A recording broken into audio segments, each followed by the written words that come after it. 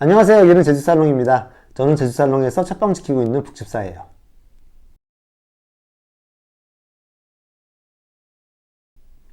네, 이번 달에도 이달의 책을 가져왔는데요. 국내 소설 한 권, 해외 에세이 한 권 이렇게 가져왔어요.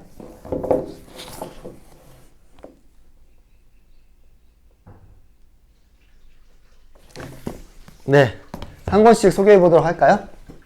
먼저 김금희 작가님의 장편소설입니다. 대온실 수리보고서입니다. 네, 제목이 좀 특이하죠? 대온실 수리보고서. 이 책은 작년 말에 출간이 됐고요. 그리고 이동진 작가님께서 올해의 책으로 선정하면서 화제가 되었었고, 입소문을 타면서 최근에 독서가들 사이에서 많이 읽히고 있는 그런 책이에요. 저 또한 김금희 작가님을 좋아하고 이동진 작가님의 추천이 있어서 이번에 읽어보게 되었는데요. 제가 읽었던 김금희 작가님의 작품 중에서 가장 인상 깊게 남는 작품이 아니었나 그런 생각이 듭니다. 그런 면에서 일단 읽어보시기를 먼저 추천을 드리고 책 소개를 시작해 보도록 하겠습니다. 우선 이 책 제목을 보시면 아시겠지만 특이하죠? 대온실 수리보고서. 소설의 제목이라고 하기에는 다소 딱딱한 것 같기도 한데, 이 소설을 읽고 나면은 왜 소설의 제목이 대온실 수리보고서여야만 했는지 알 수가 있는데요. 이 소설에 등장하는 대온실 수리보고서의 대온실은 창경궁에 있는 온실을 말하고요. 그러니까 일제시대 때 일본 제국주의가 창경궁을 창경원으로 변경하면서 그 안에 동물원, 식물원 이런 것도 갖다 놓고 대온실도 건축을 하게 되거든요. 그리고 해방 이후에 창경원이 창경궁으로 되돌아가면서 동물원이나 식물원 이런 것들은 다 철거를 하는데 대온실은 그냥 놔둔 채 보존을 하게 돼요. 그리고 남아있는 대온실을 유지보수하는 프로젝트가 진행이 되는데 이 소설의 주인공이 대온실 수리 보고서를 작성하는 일을 맡게 되면서 이 소설이 시작이 되거든요. 그래서 이 대온실을 수리하면서 벌어지는 이야기, 그리고 특히 이 주인공이 대온실 수리 보고서를 어떻게 써야 하는가 고민하면서 여러 가지 인물들과 사건들을 알게 되거든요. 그러면서 이야기들이 진행되기 때문에 대온실 수리 보고서가 이 소설의 중심이 되거든요. 그래서 소설의 제목이 대온실 수리 보고서일 수밖에 없는, 출판사의 소개를 보자면 동양 최대 유리 온실이었던 창경궁 대온실을 둘러싼 장엄한 서사, 가슴 저릿한 비밀, 그 속에서 살아남은 이들이 증명하는 생의 찬란함, 이렇게 소개되어 있는데요. 어떤 생의 찬란함 혹은 생의 고달픔 그리고 상실의 아픔 이런 것들을 우리가 마주하게 돼요. 그러면서 이런 거대한 아픔과 고통 속에서도 그 가운데서 살아남으려고 안간힘을 쓰는, 그리고 간신히 살아남아서 그 상실과 고통을 안고 살아가는 사람들의 이야기라고 볼 수가 있겠습니다. 재미와 의미를 동시에 갖추고 있는 거대한 서사를 담고 있는 이야기다. 이 소설을 읽는 재미가 여러 가지 요소가 있는데요. 첫 번째로는 이야기들이 이렇게 몇 가지 중첩이 되어 있거든요. 그래서 각각의 이야기들이 진행이 되는데 이 이야기들이 각자 따로 이렇게 배치되어 있지 않고 겹쳐서 배치가 되어 있어요. 그래서 따로따로 파편적으로 진행이 되지만 읽는 사람이 그래서 퍼즐처럼 각각의 이야기 플롯을 끼워 맞추는 그런 재미가 있고요. 이야기의 플롯은 세 가지 정도로 말씀드릴 수가 있을 것 같아요. 우선은 이 소설의 주인공인 영두라는 인물이 건축사무소의 직원들과 함께 대온실 수리를 해나가는 현재의 이야기가 있을 테고요. 그리고 또 한 가지는 대온실 수리보고서를 쓰면서 당시의 창경궁의 대온실이 어떻게 지어졌는지를 추적하는 과정에서 알게 되는 이야기가 있어요. 여기서 이제 대온실을 짓게 되는 건축가 후쿠다 노보루라는 인물이 등장을 하고, 일본인인데 조선으로 이주해서 사는 사람들의 이야기가 등장을 하는데, 그 중에서 마리코 히메라는 인물이 등장을 해요. 마리코 히메와 그의 동생인 유진이라는 남동생이 같이 등장을 하는데 이들의 이야기가 전개가 됩니다. 그리고 또 하나의 이야기는 주인공인 영두의 과거 시절 이야기인데 영두라는 인물이 원래 인천의 성모도라는 작은 섬에서 살던 아이였어요. 그런데 이 친구가 중학교에 진학을 하면서 좀 더 넓은 세상으로 나가기 위해서 아버지가 서울로 유학을 보내게 되는데, 그러면서 이 주인공이 서울의 창경궁 근처에 낙원하숙이라는 곳에 머물면서 학교를 다니게 돼요. 그 과정에서 같이 하숙하던 리사라는 인물이 등장하고, 그리고 이 리사라는 인물과 함께 어떤 큰 상처를 겪게 됩니다. 이 주인공이. 그래서 주인공이 그때 겪은 상처를 마음에 두면서 살게 돼요. 그리고 주인공이 머물렀던 낙원하숙을 운영하던 할머니가 아까 말씀드렸던 일제시대 때 살았던 일본인 마리코 히메이기도 해요. 그래서 세 가지 이야기가 서로 개별적으로 진행이 되는데 인물들이 겹쳐서 연결되어 있기도 합니다. 그래서 과거와 현재를 왔다 갔다 하면서 여러 가지 이야기를 동시에 읽는 재미가 있는 반면에 각각의 이야기들 속에서 등장하는 인물들이 마주하는 사건들과, 그리고 그 사건들이 인물들이 감당하기에는 너무나 엄청난 큰 것이어서 이들의 상실과 고통을 같이 하면서 나도 같이 매우 아파하게 될 수밖에 없는 그런 이야기예요. 먼 과거에서 지금에 이르기까지 인간이 겪는 그런 상실과 고통이 계속 반복되는 듯한 느낌을 받기도 하고, 이런 반복되는 상실과 고통 속에서 우리를 구원할 수 있는 것은 무엇인가? 이 속에서 우리는 어떻게 살아남을 수 있을 것이며 무엇으로부터 상처를 치유받을 수 있는가? 이런 질문들을 던지는 소설이라고 할 수 있겠습니다. 그래서 아주 스케일이 크고 거대한 시대적인 서사인 것 같으면서도 인물들의 내면에 아주 세심하게, 그래서 거대한 시대극이면서 아주 감성적인 이야기다. 이런 이중적인 측면을 담고 있는 이야기라고 할 수 있겠습니다. 그래서 장편소설 치고는 조금 두꺼운 400페이지가 넘는 분량을 하고 있지만 전혀 지루하지 않고 빨리 몰입하면서 읽어 내려갈 수 있는 소설이고요. 읽고 나서는 너무 가슴이 저릿해서 한동안 멍하게 인물들에 대해서 생각하게 되는, 그래서 인상이 아주 깊게 남는 그런 소설이기도 합니다. 그래서 또 한편으로는 읽다 보면은 영화로 만들면 굉장히 재미있겠다, 영화로 만들기 좋겠다, 이런 생각이 들기도 해요. 과거와 현재를 왔다 갔다 하면서 여러 가지 인물들이 등장하고 여러 사건들이 등장하면서 그 이야기들이 다 연결되어 있기 때문에 저는 이 소설을 다 읽고 나서 어떻게 소개해드려야 될까 고민을 했었을 때 이렇게 말씀을 드리고 싶어요. 구원과 믿음에 관한 이야기다. 조금은 거창한 것 같지만 여기에 등장하는 인물, 특히 이제 영두라는 인물과 마리코 히메라는 이 인물이 그들이 어린 나이에 너무나 엄청난 일을 겪는데 그것을 혼자서는 극복할 수가 없는 것이죠. 그래서 그 거대한 고통으로부터 벗어나기 위해서 안간힘을 쓰는데 결국은 우리가 부여잡을 수 있는 것은 사람에 대한 믿음밖에 없으며 그 사람에 대한 믿음이 나를 이 고통으로부터 구원할 수 있는 유일한 동아줄일 수 있다. 그리고 그 동아줄이란 것은 아주 작고 연약하지만 그럼에도 불구하고 우리는 매달릴 수밖에 없다. 이런 이야기를 소설가는 하고 있는 게 아닐까, 그런 생각을 해봤습니다. 그래서 이 소설에 보면 인간에 대한 믿음에 관련된 이야기가 나오는데 인간이 믿을만 해서가 아니라 어쩔 수 없이 혹은 그래야만 하기 때문에 믿는 것이다. 믿음이란 것은 필요할 수밖에 없고 필요하기 때문에 믿는 것이다. 이런 이야기가 등장을 해요. 그래서 어찌 보면 굉장히 처절한 이야기이기도 한데, 그래서 믿음과 구원에 관련된 그런 이야기라고 하니까 제가 최근에 본 몇 가지 드라마가 생각이 나기도 해요. 우선 이 주인공 영두라는 인물이 중학교 때 서울에서 친구들로부터 큰 상처를 겪는데 그 상황이 더 글로리에 나오는 그 상황하고 조금 비슷해요.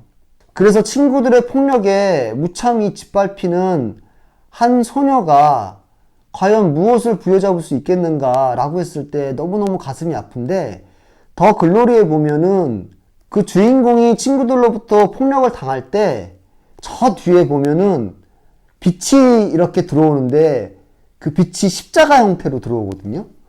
그런 장면이 있는데 한 소녀를 그 십자가가 구원해주지 못하고 있는 그런 상황을 암시하는 장면이라고 해석이 되는데 그 장면이 떠오르더라고요. 너무나 참혹한 폭력에 처했는데 누구도 구원해주지 않는 그 상황이, 그래서 더글로리의 그 장면이 떠올랐고, 또 한편으로 생각나는 드라마가 있는데 바로 얼마 전에 공개됐던 드라마인데요. 멜로 무비라고. 제목이 멜로 무비여서 멜로 장르를 하고 있는 건 맞는데요. 이 드라마를 제가 몇 번을 봤는데 멜로 장르에 굉장히 충실하지만 단지 멜로 영화라고만 볼 수 없는 그런 측면이 있어요. 드라마 내에서도 그런 대사가 나오거든요. 이게 정말 멜로 장르가 맞느냐 이런 말이 나오는데, 이 드라마가 인간의 고독과 외로움, 죽음, 상실 이런 것에 대해서 아주 진지하게 다루고 있고, 그 인간이 어찌할 수 없는 상실로부터 구원받으려는 안간힘에 관한 이야기다라고 저는 해석을 하거든요. 드라마 자체로도 굉장히 완성도가 높아서 꼭 한번 보시기를 추천을 드리는 드라마이기도 합니다.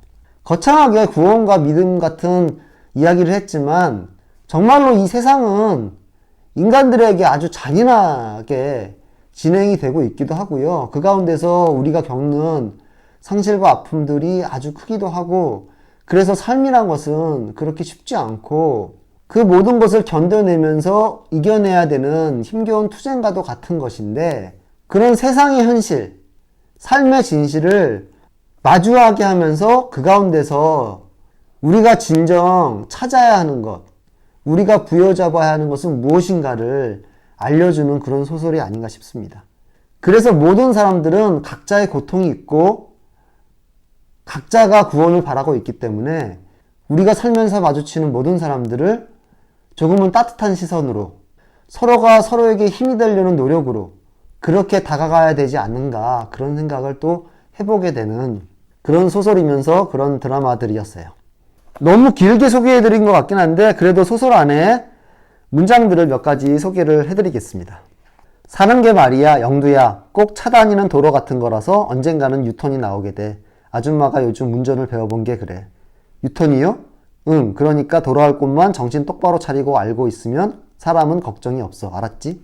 네, 이 돌아올 곳이 각자 있어야 될 텐데, 이 돌아올 곳은 결국 사람의 품이 아닌가 싶은데, 그래서 이 돌아올 곳이 곧 우리를 살게 하는 건 아닐까, 그런 생각을 해봅니다. 너 정말 진심으로 그렇게 생각해? 하고 물었다. 뭘?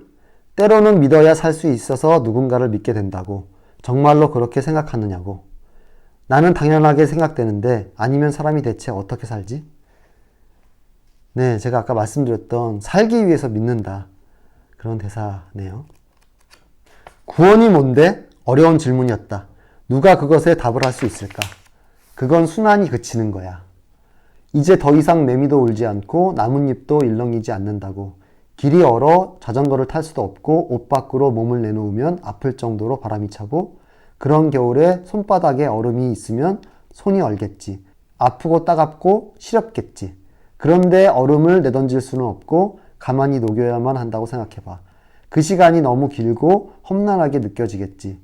그런 게 순환이고 그럴 때 하는 게 기도야.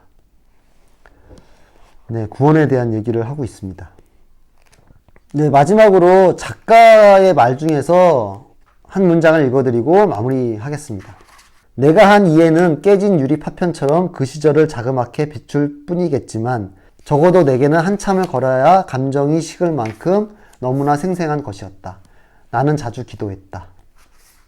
작가님도 이 소설을 쓰면서 이 인물들을 이해하기 위해서 그들의 상처와 상실을 같이 하기 위해서 굉장히 노력했다는 것을 느낄 수가 있고, 그들을 생각하면서 자주 기도했다라고 말하고 있네요. 우리는 서로가 서로에게 기도를 해줘야 하는 게 아닌가, 그런 세상이 듭니다. 이렇게 무섭고 폭력적인 세상에서. 네, 그럼 다음 책을 소개해 드리도록 할게요. 슈테판 츠바이크의 어두울 때야 보이는 것들이 있습니다. 네, 이 책은 우선 아주 얇고 쉽게 읽을 수 있는 에세이라고 소개해 드릴 수 있을 것 같고요. 그리고 책 안에 이렇게 그림도 삽입되어 있어서 이런 식으로. 네, 이런 그림들을 담고 있어서 수월하게 읽을 수가 있는 에세이고요. 그래서 어른들을 위한 그림책, 이렇게 얘기를 해드릴 수 있을 것 같아요. 우선 이 에세이는 이 작가에 대해서 먼저 소개를 해드려야 될 것 같은데요. 슈테판 츠바이크라는 작가는 20세기 초에 활동했었던 오스트리아의 작가고요. 그러니까 20세기 초라면은 1차 세계대전, 2차 세계대전이 있던 시기라서 그런 세상이 무너질 듯한 엄청난 사건들을 겪으면서, 그래서 그 시대의 비극을 마주하면서 인간의 고통에 공감하고 그것을 문학적으로 승화하려고 노력했던 작가입니다. 체스 이야기, 낯선 여인의 편지, 감정의 혼란 등과 같은 인간 내면을 깊이 탐색하는 중단편 소설을 쓴 바 있고요. 회고록인 어제의 세계가 굉장히 잘 알려져 있습니다. 나치를 피해서 영국으로 이민을 갔다가 나중에 브라질로 건너가게 되는데, 브라질에서 세상의 고통을 견디지 못하고 스스로 생을 마감을 했어요. 그리고 이 에세이는 생의 마지막 2년 동안 남긴 글이라고 할 수 있겠습니다. 이 사람이 살았던 시대가 2차 세계대전이 한창 진행 중일 때여서, 그리고 굉장히 예민한 작가이다 보니까 그런 시대의 비극을 같이 고통스러워했고 그것을 견디지 못하고 있던 그 시절에 썼던 에세이인데, 특이한 것은 그런 고통 속에서 오히려 굉장히 순수하고 밝고 따뜻한 이야기를 에세이로 썼다는 것이에요. 그러니까 너무 큰 고통 속에 있으면 그것을 견디기 힘드니까 그것으로부터 벗어날 수 있는 그런 이야기를 찾게 되는 게 아닌가 싶습니다. 그래서 이 에세이는 아주 어둡고 힘든 시절에 쓰여졌지만, 그래서 더더욱이나 순수하고 따뜻한 이야기를 담고 있는 그런 역설적인 에세이라고 할 수가 있겠습니다. 이 에세이의 제목처럼 오히려 그런 밝고 따뜻하고 순수하고 선한 것들이 어두울 때에서야만 비로소 보일 수 있는 것이다. 우리가 어둠에 처하고 고통에 처했을 때 오히려 그 순수하고 선한 것들의 가치를 아주 절실히 느낄 수 있는 게 아닌가, 그런 이야기를 하고 있는 에세이예요. 그래서 띠지에도 이렇게 소개를 하고 있습니다. 인류 역사상 가장 불안했던 시기를 살아간 세계적 지성이 전하는 작고 평범한 희망에 관하여. 그래서 이 에세이에 속한 이야기들을 소개해 드려보자면, 맨 처음 등장하는 이야기가 걱정 없이 사는 기술인데, 여기에 보면은 어떤 한 인물에 대해서 소개를 해요. 예전에 동네에서 같이 살았던 인물인데 안톤이라는 사람이거든요. 이 안톤이라는 사람이 어떤 사람이냐면 직업이 없고 사는 집도 없어요. 그래서 매일 동네 사람들에게 도움을 주고 그 도움에 대한 대가를 아주 작게 받으면서 매일매일을 살아나갑니다. 재밌는 거는 이 안톤이라는 인물이 집도 없고 직업도 없는데 모든 사람들이 이 안톤을 좋아하고 이 사람을 도우려고 노력하고 이 사람의 소식을 항상 듣고 전해줘요. 그래서 어떻게 보면 마을 전체가 이 사람을 먹여 살린다라고 볼 수 있겠지만, 정작 재밌는 것은 이 안톤이라는 인물이 누구에게도 구걸하지 않는다는 것이에요. 그래서 마을 어딘가에 어떤 사람이 어떤 작은 어려움에 처하면 이 안톤이 나타나서 그것을 도와주고 일정 정도의 대가를 받고 또 사라져요. 이런 식으로 지냅니다. 이게 마치 어떤 인물하고 비슷하냐면, 얼마 전에 드라마로 했었던 갯마을 차차차에 등장하는 그 홍반장. 마을 전체를 돌아다니면서 여러 가지 일을 도와주고 수리를 하고 이러면서 대가를 받으면서 지내잖아요. 그런데 정작 이 사람은 아무것도 두려울 게 없고 아무것도 걱정하지 않는 아주 평화로운 삶을 사는 거죠.